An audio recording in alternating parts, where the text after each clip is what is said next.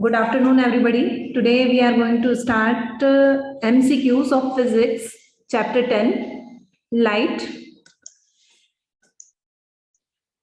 First, which of the following can make a parallel beam of light when light from a point source is incident on it?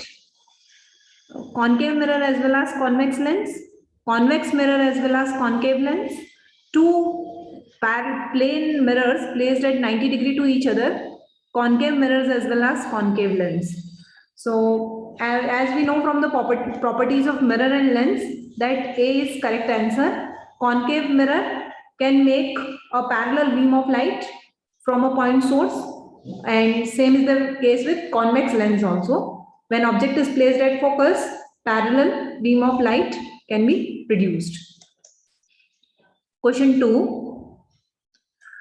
A 10 mm long awl pin is placed vertically in front of concave mirror. A 5 mm long image of the awl pin is formed at 30 centimeter in front of the mirror. The focal length of this mirror is. So first of all, this is a numerical. So we'll solve it. First of all, we'll note down what all things are given. So 10 mm long awl pin, this is the height of the object. So H1 equals to 10 mm. Placed vertically in front of concave mirror, a 5 mm long image of the awl pin is formed at 30 centimeter in front of the mirror. So concave mirror is there. Object is placed here. And image is formed on this side only, on the side of the mirror, in front of the mirror. Okay. If image is formed on this side, that means it is real and inverted. Because when image is formed behind the mirror, then only it will be virtual and erect. Whenever image is formed on this side, it will be real and inverted. So this will be this distance will be V1, and that is equal to minus 30 centimeter, and H2 that is equal to height of the image. This will be minus 5 as it is inverted. Okay. So now from this relation we have to find the focal length of this mirror.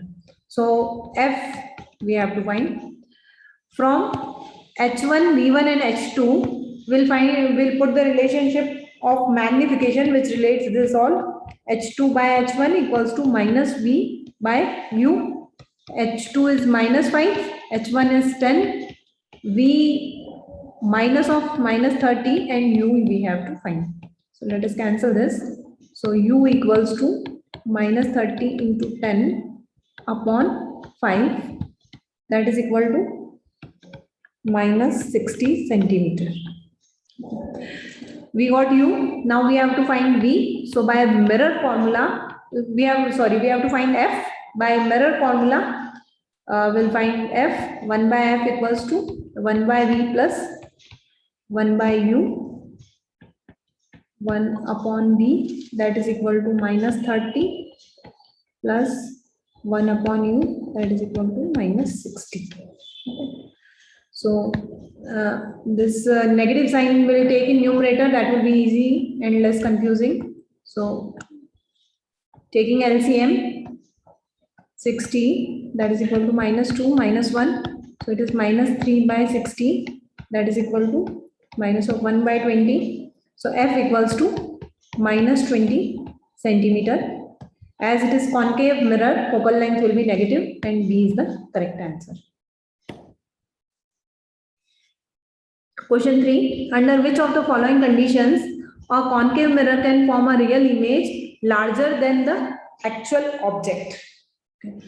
So when the object is kept at distance equal to its radius of curvature, when object is kept at distance less than its focal length, when object is placed between focus and center of curvature, when object is kept at a distance greater than its radius of curvature. So for solving this, concave mirror, we have learned one table of concave mirror and its image formation. Here condition is given that it is a concave mirror and real image larger than actual object. Okay, so we'll refer this table. Okay, and from table we'll come to know that when we'll get the image larger than the object. So in this cases, we'll get the real image. In this cases, two cases will get the real image. Real also we want and larger than the object.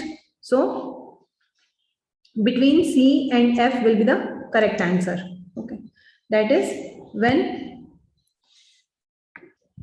object is placed between focus and center of curvature. Okay. Then next numerical.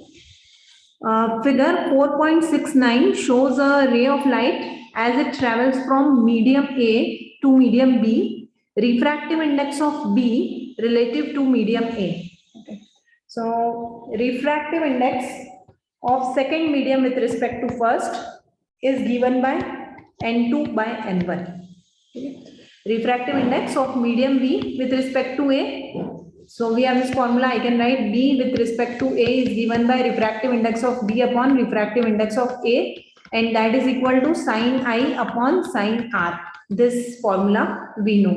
Okay. So incident ray is this ray, and angle of incidence is 60 degree. I equals to 60 degree, and angle of refraction is this 45 degree. R equals to 45 degree.